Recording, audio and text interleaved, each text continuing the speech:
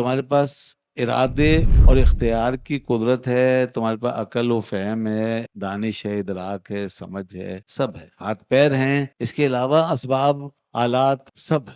I am in hurry but God doesn't. اس نے کہا میں جلدی میں ہوں مگر اللہ جلدی میں نہیں ہے۔ قدرت تو اپنے طریقے سے چلے گی، فطرت اپنے اصولوں کے مطابق کام کرے گی۔ اس دنیا میں سب کچھ ویسے نہیں ہو سکتا جیسے ہم چاہتے ہیں کہ مقاصد کو پانے کے لیے آپ کو مشقت سے گزرنا ہو۔ کیا اتنے زبردست پاور کے ساتھ انسان کچھ کر سکتا ہے؟ تم نہیں چاہتے مگر اللہ چاہتا ہے۔ کمپیٹیبل ہے، انسان کا ارادہ کمپیٹیبل ہے۔ انسان جو ہے اپنی سطح سے آگے جا ہی نہیں سکتا، یعنی عبد معبود نہیں بن سکتا۔ یہ عبد ہی کی شان ہے کہ وہ کاسب بنے، کیونکہ کاسب خالق کا محتاج۔ آنکھ جیسی کھلتی ہے نا تو آنکھ کو دکھانا یہ اللہ کا کام ہے، آنکھ خود سے نہیں دیکھتی۔ وہی بات ہوگی نا، وما تشاؤون الا یشاء اللہ، تم جو چاہو گے وہ اللہ چاہے گا سب۔ فرمایا پایا پایا رفت باید سوئے بام، پایا پایا رفت باید سوئے بام، ہست جبری بودن انجا تم خام۔ پایا پایا، تھوڑا تھوڑا، پاؤں پاؤں، اسٹیپ بائی اسٹیپ۔ اب یہ بتا رہے ہیں کہ تم اب ان امکانات سے فائدہ کیسے اٹھا سکتے ہو اور منزل تک کیسے پہنچ سکتے ہو، مراد کیسے پاؤ گے۔ اب ایسا تو نہیں ہے کہ جیسے کوئی ایک ہی دم میں سب ہو جائے اور تم جو چاہو جیسے آنے واحد میں وہ چیزیں ظاہر ہونا شروع ہو جائیں اور نتائج یکدم سامنے آ جائیں، نہیں، ایسے نہیں۔ تو نردبان ہے، تمہارے پاس ارادے اور اختیار کی قدرت ہے، تمہارے پاس عقل و فہم ہے، دانش ہے، ادراک ہے، سمجھ ہے، سب ہے، ہاتھ پیر ہیں، اس کے علاوہ اسباب آلات سب، یہ سب موجود ہیں، اور کائنات بھی تمہارے موافق چل رہی ہے نا۔ تو لیکن آہستہ آہستہ جب اس زینے پہ چڑھو گے تو ایک ایک اسٹیپ طے کرو گے۔ کوئی بھی زینہ ایسے نہیں طے کرتا کہ پہلے اسٹیپ پہ پاؤں رکھا اور پھر آخری اسٹیپ پہ پہنچ گیا، نہیں، گر جائے گا اوندے منہ۔ تو step by step progress, step by step progress, لمحہ بلمحہ، قدم قدم، ایک ایک قدم، اس طرح پروگریس، جس کو کہتے ہیں گریجول ڈیولپمنٹ، گریجول ڈیولپمنٹ، ٹھیک ہے نا۔ مجھے وہ اس کی بات یاد آ رہی ہے، ایک پادری کا واقعہ تھا، تمثیلاً بیان کیا گیا غالباً۔ اس نے ایک درخت کہیں اچھا سا لگا ہوا دیکھا تو اس کو پسند آیا، اس نے کہا کہ یہ درخت میرے گھر کے پاس ہونا چاہیے۔ چنانچہ اس نے اس کو اکھاڑا اور ایسے ہی پورا درخت لے جا کر اپنے گھر کے دروازے پہ لگا دیا۔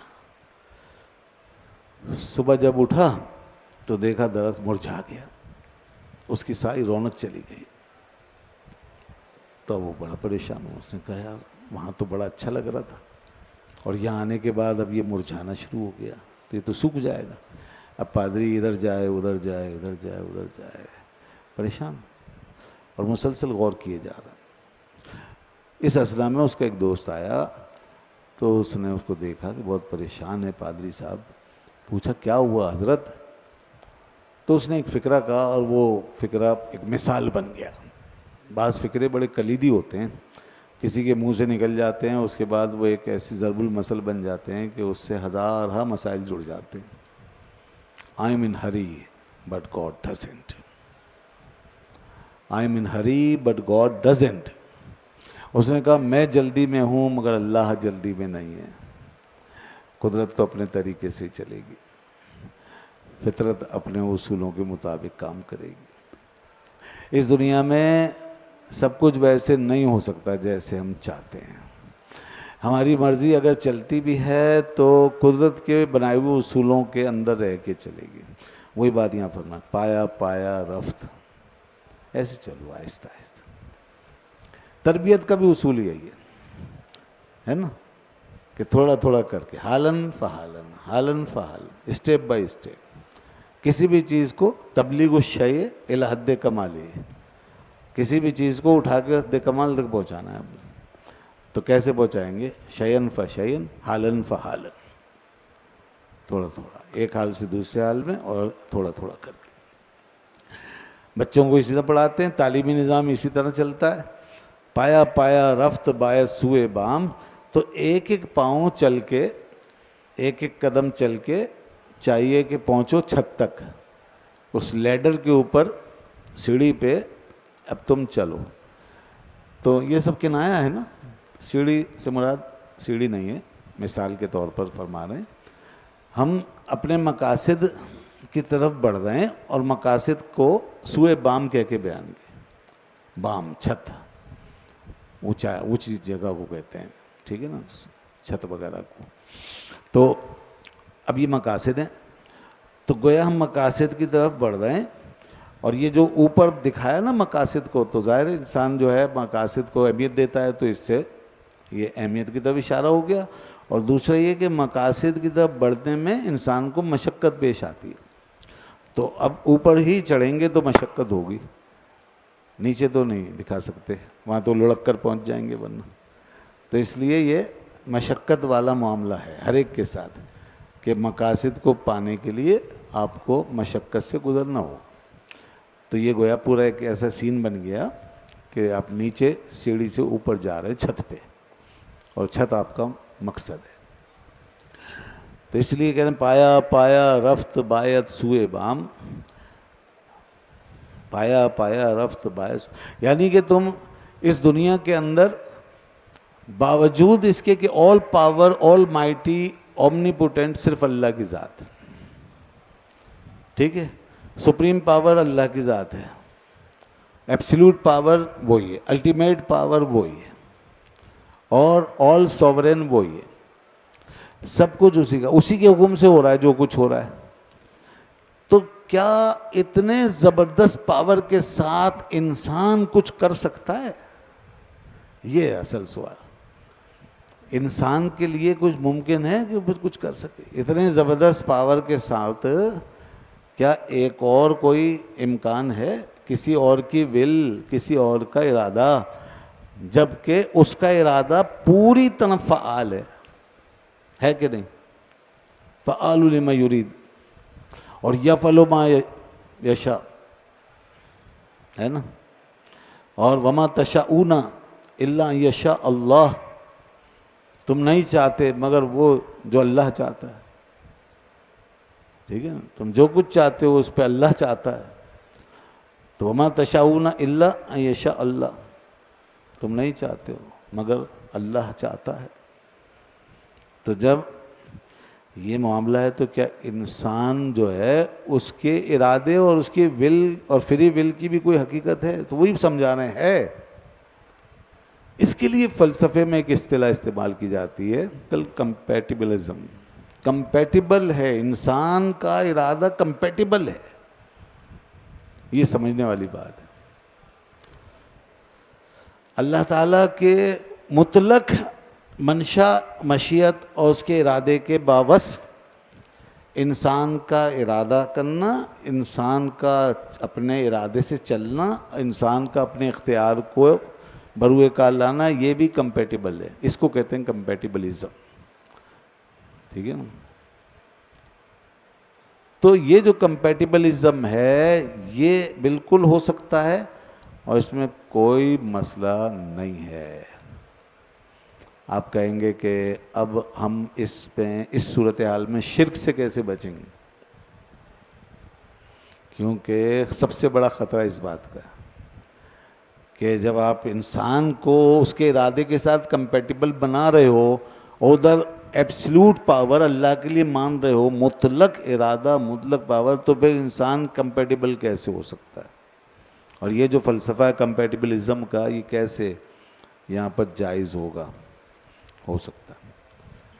انسان کو کاسب مان، ہمارے تمام متکلمین، ہمارے اسلاف نے ان مسئلوں کو ایسے حل کر دیا ہے، اور اس کے پیچھے بڑی بڑی ڈیبیٹس ہیں، دلائل ہیں، قرآن و حدیث کی روشنی میں ان مسائل کو حل کر کے ہمارے علم الکلام کے ڈسکورس میں اس کو شامل رکھا ہوا ہے، اور وہ آج ہم ایک کورس بنا کے پڑھ رہے ہیں۔ یہ پورا ایک ڈسکورس ہے، اس کے پیچھے بہت بڑی تھنکنگ ہے، بہت بڑا فلسفہ، بڑے دلائل، یہ سب بتا دیے کہ دیکھیے اس میں جو ہے انسان کو کاسب مانا جائے گا۔ کسب کا مطلب ہے انسان کسی چیز کا جو ظاہری ارادہ کرتا ہے اللہ تعالیٰ کی دی ہوئی طاقت سے، اور دوسری چیز جو خدائے پاک کے ساتھ خاص ہے وہ ہے کریٹیوٹی، یعنی خلق۔ تو انسان جو ہے خالی کوشش کر سکتا ہے، اور پیدا کرنے والی ذات اللہ کی ہے۔ تو اللہ تعالیٰ کی جو ایبسلیوٹنس ہے وہ خلق کے اعتبار سے، اب وہ ایبسلیوٹ ہے کیونکہ وہ پیدا کرے گا تو کسی کا کچھ ارادہ یا خواہش پوری ہوگی، اگر وہ پیدا ہی نہیں کرے گا تو پھر چاہے جتنا چاہو آپ کسب کر لو۔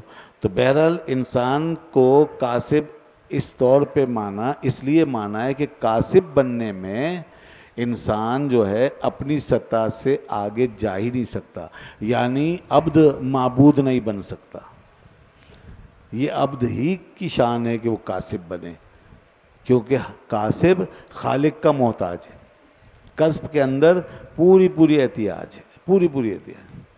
کسب جو ہے یہ ڈیپینڈ کرتا ہے خلق پر، جب تک خلق نہیں ہوگا کسب نہیں ہوگا، تو لہذا کاسب ماننے میں کوئی حرج نہیں۔